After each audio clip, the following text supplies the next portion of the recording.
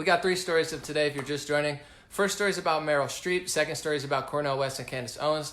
Third story is about Jake Pentland, Roseanne's son, who had a brilliant idea for social media censorship. Let's get into it. So, if you guys have been following Meryl Streep politically, don't. No, I'm just kidding. All jokes aside, we probably don't agree on much politically and socially. However, maybe we do. Maybe it's a lot of division and, people just shouting out their agenda. But I got to give props to Meryl Streep because she said something that was really awesome. And I think it's really important to highlight when people do something good, like Cher. I don't know if you guys have been following Cher on Twitter, but she's been just spouting out real stuff. I'm like, go Cher, go, go, go. Cher's like, woo, I make sense now. And maybe the common sense bug got into Meryl Streep too, and it's no looking back. Because she made a comment about toxic masculinity recently, and I'm really pumped about it. According to In Style, which is some sort of trendy style magazine that I'm not cool enough to know about, according to them, Meryl Streep's quote is, "Sometimes I think we are hurt. We hurt our boys by calling something toxic masculinity. I do. And I don't find that putting these two words together because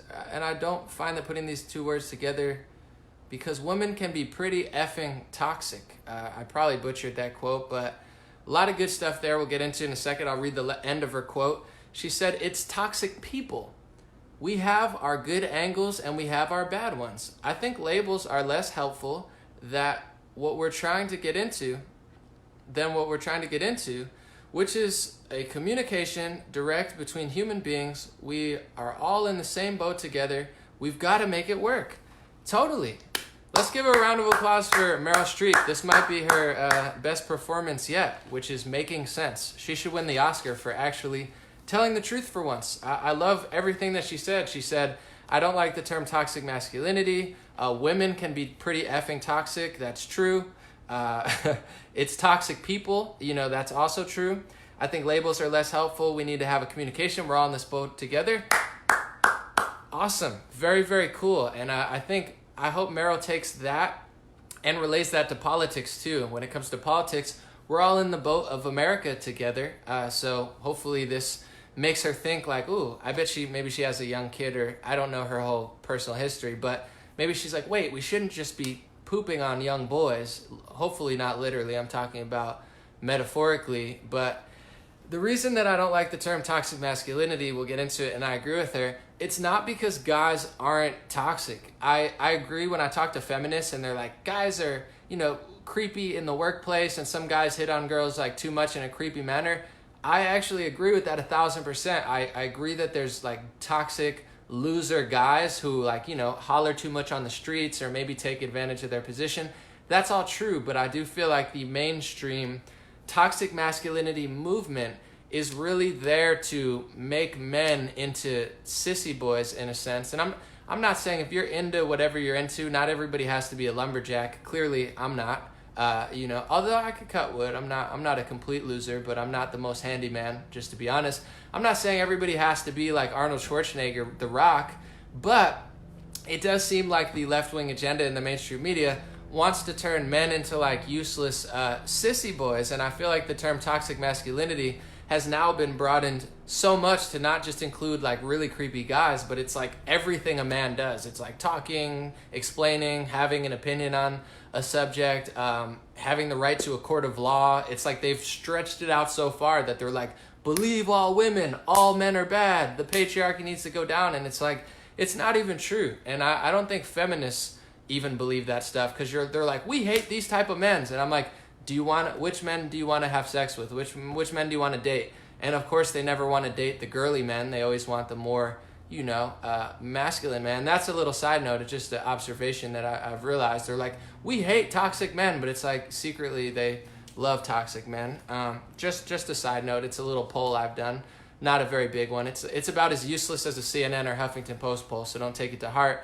But I like what she said all the way around, that we're crushing our young boys. It's like and not only metaphorically now, but literally, they're turning little boys into women. Like they're like 3 years old and they're like, I'm a race car, I'm a tractor driver, I want to be a NASCAR driver, I'm an astronaut, I'm a plane, I'm a train. And then they're like, no, Becky or Billy, you're now Becky, you're a little girl. And it's like, you don't give a 4-year-old the power to change their gender. That's like psychopathic child abuse in my personal perspective.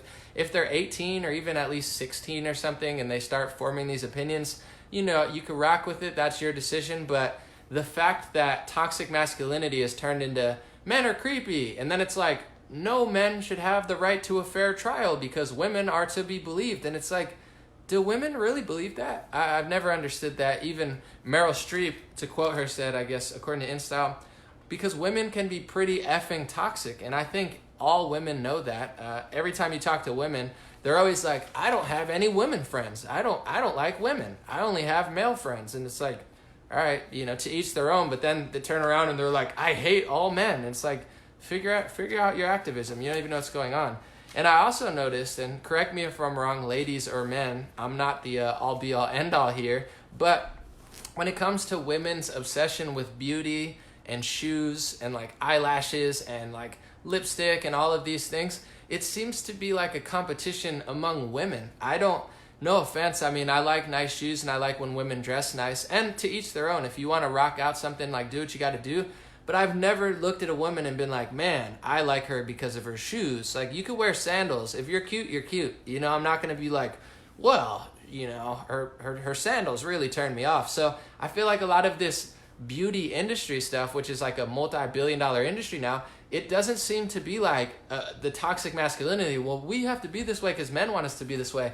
The more I talk to women, the more I realize that they're competing against other women. They care what other women think. They're always gossiping and, you know, such on and so forth. And don't get me wrong, there's some loser guys. I know there's women who've told me, oh, well, this guy told me this wasn't big enough or this wasn't cool enough.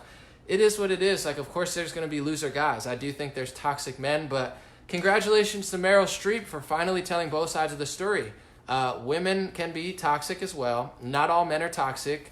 We shouldn't turn our men into boys. Certain aspects of a strong man is actually, I think, healthy for a relationship or a family. It's not like every man doesn't need to be a stegosaurus, you know, eating soy and trees. And there's nothing wrong with you eat soy. I know people, anomaly, soy is not really that bad. I just take it as a joke, whatever it is. And I'm going to read the last part of what she said, and I'm going to move on. I think labels are less helpful than what we're trying to get to, which is communication direct between human beings.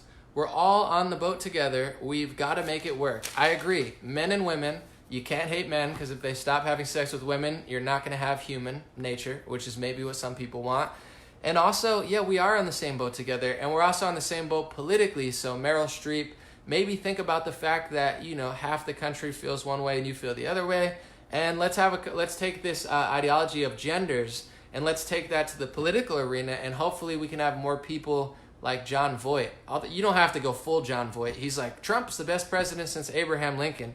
You don't have to go that far, but it's like, it would be nice to have common sense for celebrities. So thank you, Meryl Streep. Keep going, please. God, please. Don't do what you did before. Second story of the day I want to talk about. Hold on. You guys mind if I drink water for a second? I'm like Speed Racer here because I know I have a short attention span. So I'm like, I don't like to watch, like, people are like, Anomaly, watch Game of Thrones. It's only 7 seasons. Trust me, Anomaly, you'll want to binge watch it, man. You're going to just watch 1 episode and then you're going to watch 15. I'm like, you don't know me. I'm going to watch 5 minutes of it and fall asleep. So I like to make my content as short as possible because I don't have an attention. Like, no, dude, trust me. It's only 25 seasons. Trust me. 10 episodes, 25 seasons, 30 minutes apiece. You'll spend 3 days and you'll just watch. Nah, trust me, I won't.